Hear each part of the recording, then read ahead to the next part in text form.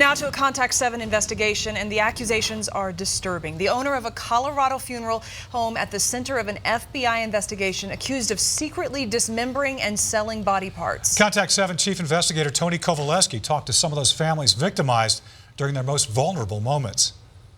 And hearing those stories at times difficult. We've talked to more than a half dozen families, now victims of what they describe as a scheme to profit from their pain. Our investigation takes us to Colorado's western slope. It's a community surrounded by the beauty of the Rocky Mountains.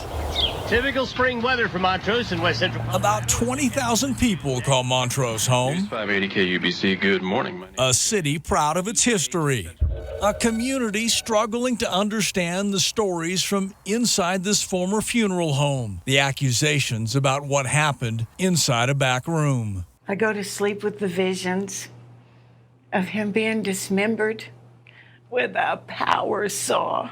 Ruthie Pettyjohn now lives with the memory of what happened to the body of her 26-year-old son, Brian. But they desecrated his little body, just cut him up in pieces and sent him all over the place. It's worse than his death, to be truthful. Like many, Connie Hansen found out about her son, Frederick, during a phone call from the FBI. And she said, well, his head was sent so-and-so, his two shoulders went somewhere else, and one elbow to the fingertip went somewhere. I said, I don't want to hear anymore. I've been violated. My mother and my mother's body's been desecrated. Alina Holeman now deals with the guilt of knowing details of what happened to her mom's body. How many of you were not told that she was going to sell your loved one's body? They all came to voice their frustrations. No discussion about selling body parts. None. No. United by the pain of believing they purchased cremation services for their loved ones, knowing they never agreed to let this funeral director dismember the bodies, struggling with claims she created product with a power saw, and angry that she ultimately profited from the sale of arms, legs, heads, torsos, even bodies. In a single word, describe Megan Hess. Body snatcher. This is television. I can't use words like that. Vile. Sociopath. Now that you know the allegations, what are your thoughts? That she's pure evil. Jackie Hampson spent a year working as Megan Hess's personal assistant. Did you ever hear bodies being dismembered? Yes, you could hear the machine going, but... A saw? A saw, yes. You could hear that in the room. It was kind of creepy just to hear it. Megan Hess, along with her mom and dad, are all named in this lawsuit, all accused of dismembering cadavers with a power saw and stacking body parts inside coolers. The lawsuit claims the three sold torsos for $1,000, a pelvis with upper legs for $1,200, heads went for $500, and $250 for a knee.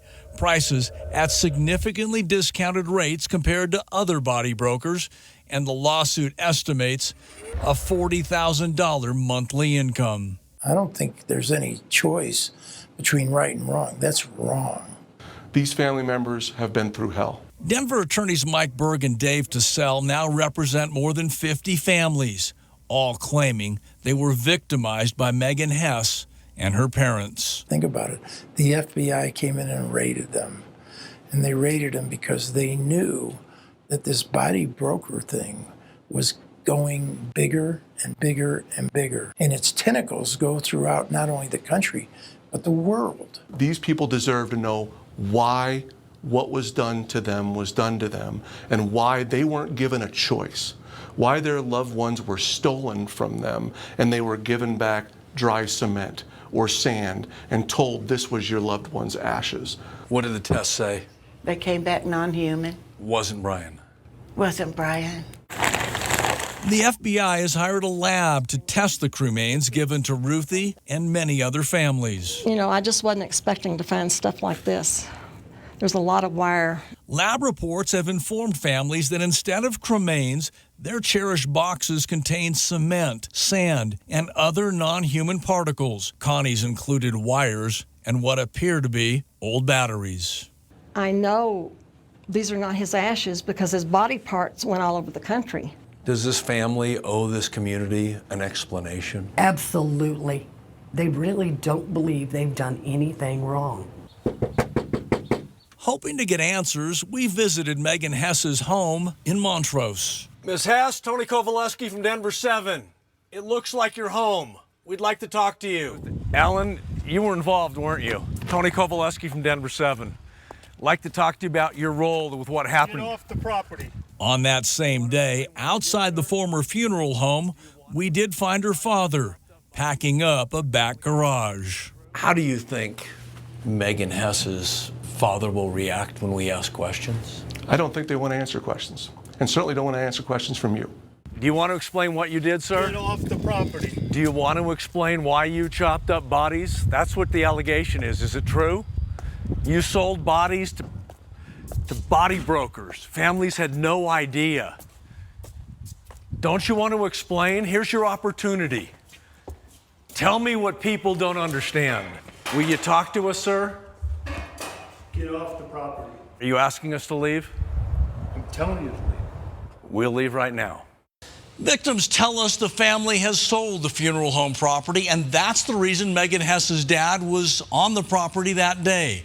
A couple quick notes for you and a couple updates. State regulators did shut down the funeral home last year, and the FBI investigation remains ongoing. No criminal charges have been filed. Finally, there are multiple lawsuits against the funeral home's owner, and we are told more families are adding their names to that list. With Contact 7 Investigates, I'm Tony Kovaleski.